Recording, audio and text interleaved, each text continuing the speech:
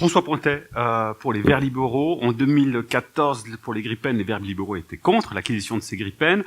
Aujourd'hui, officiellement c'est oui, mais on sent quand même qu'il y a eu quelques dissensions au sein du parti. Pourquoi ce revirement cette fois-ci? Ce revirement parce que la situation a changé. Alors, je vais peut-être revenir sur les discussions qu'on a eues. Pour moi, il y avait un peu trop de hard power, j'aime pas beaucoup l'anglais, mais il y avait un peu trop de hard power et pas assez de smart power. Et à l'heure actuelle, l'armée est dans une direction qui a changé dans l'évaluation des risques et des besoins. Et pourtant, on pourrait vous dire, mais il faudrait pas des avions de combat et des chars, par exemple, du coup.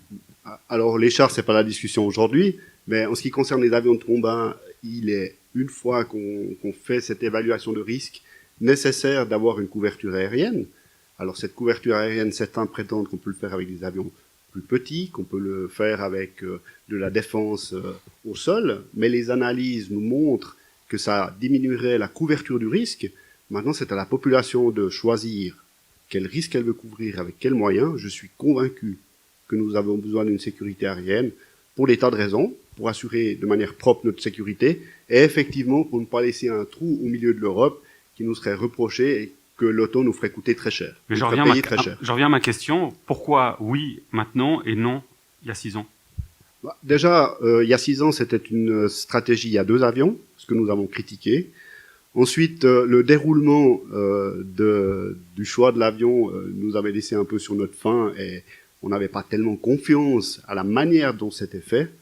Maintenant, on regagne cette confiance, on arrive sur une stratégie à un seul avion et de ce point de vue-là, les choses ont changé. Alors, au-delà de la bataille de chiffres, parce qu'on nous dit 6 milliards d'un côté, 10 milliards, on l'a entendu avant, 26 milliards, 24, on n'est plus à 2 milliards près, j'ai envie de dire, 24 milliards au final, fondamentalement, et on va mettre ça dans le contexte, aujourd'hui, on a connu cette crise du coronavirus avec des dizaines de milliards qui ont été injectés, avec des gens qui se sont retrouvés dans la pauvreté, on se souvient tous d'ailleurs de ces images, notamment à Genève.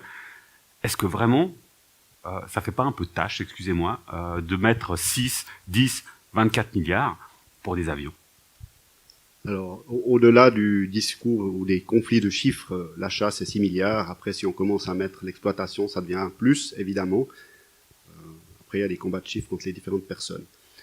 Maintenant, oui, Covid, oui, des difficultés économiques. Je pense que si on s'arrête sur ce point, même si c'est pas là ce soir, les réactions ont été bonnes. Maintenant, on doit revenir dans un flux correct de notre économie.